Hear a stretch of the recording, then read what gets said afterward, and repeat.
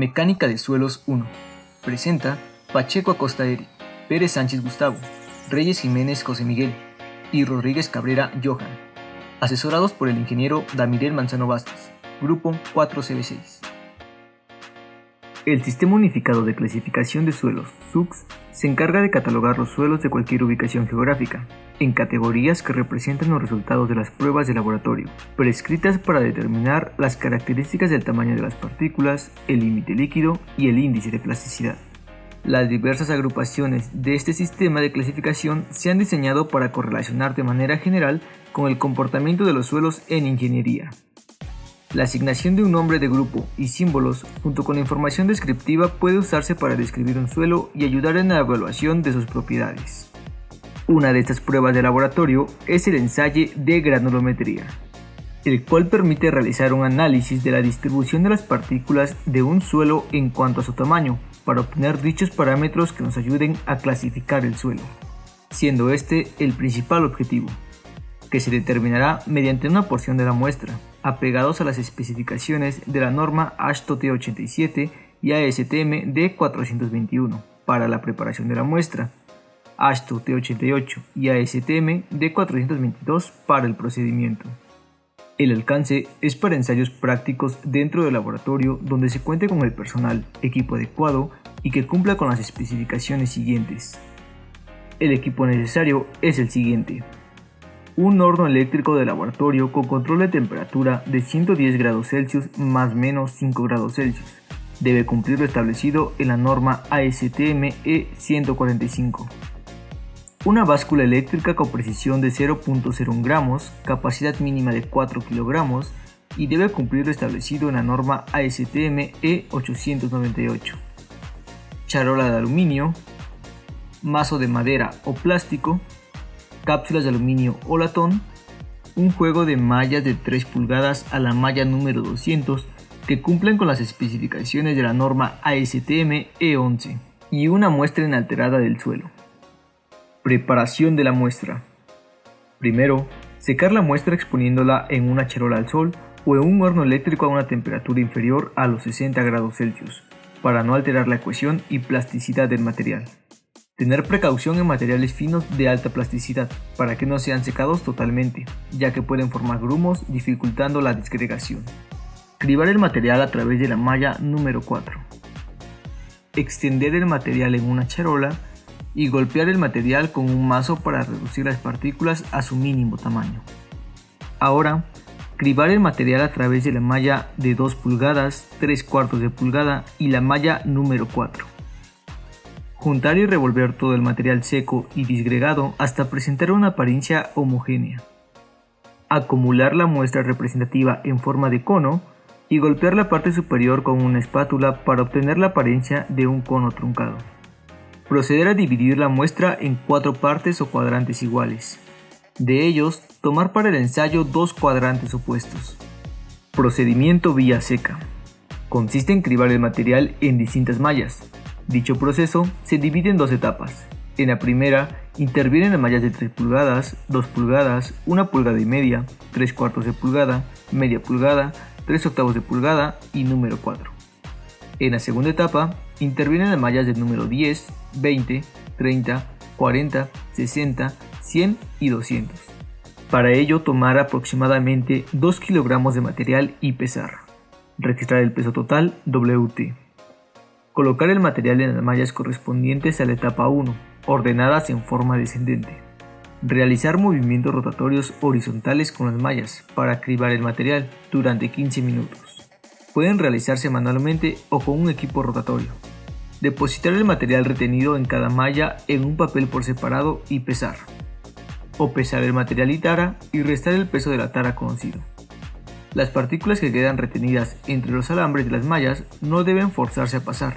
Se retiran y se colocan junto a las demás partículas retenidas. Registrar el peso retenido en la siguiente tabla.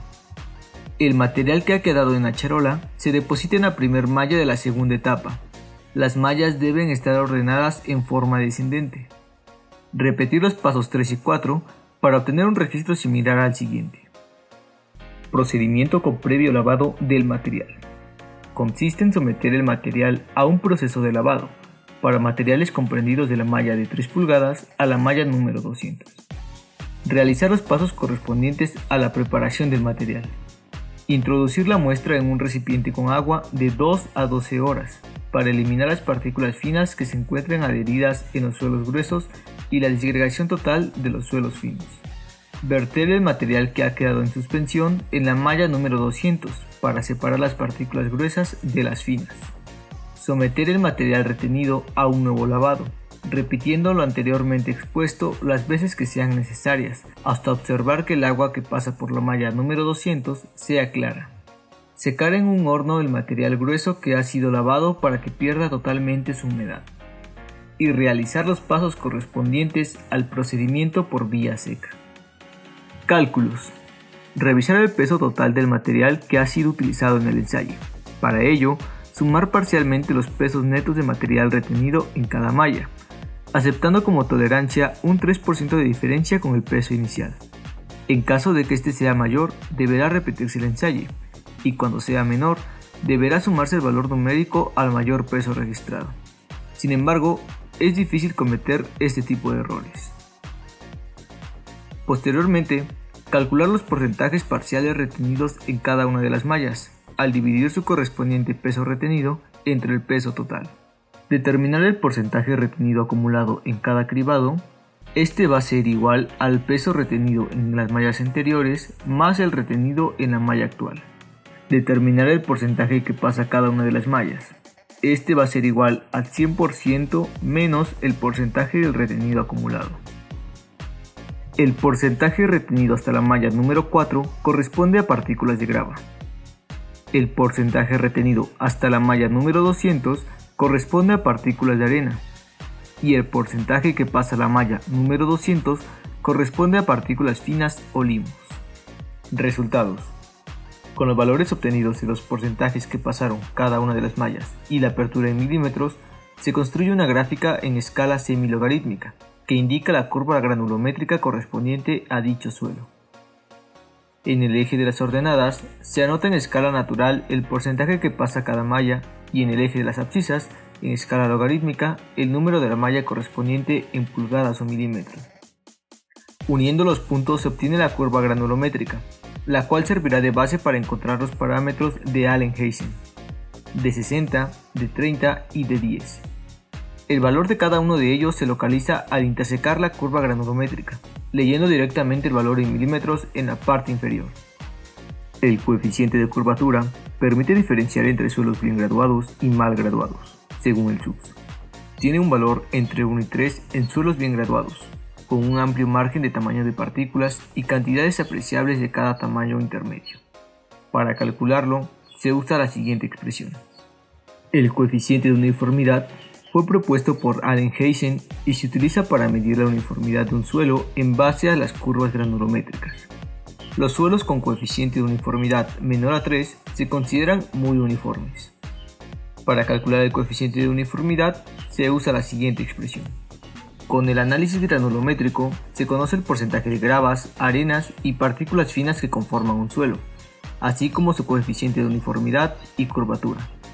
Estos criterios permiten clasificar el suelo de acuerdo con el Sistema Unificado de Clasificación de Suelos (SUCS). Esta carta de clasificación de suelos se puede consultar a través del siguiente código QR. Conclusión. Este ensayo permite obtener la composición del suelo a través de la separación de sus partículas en gruesas, medianas y finas, lo cual a su vez permite obtener parámetros como el coeficiente de curvatura y uniformidad, para poder clasificar dicho suelo según el SUCS.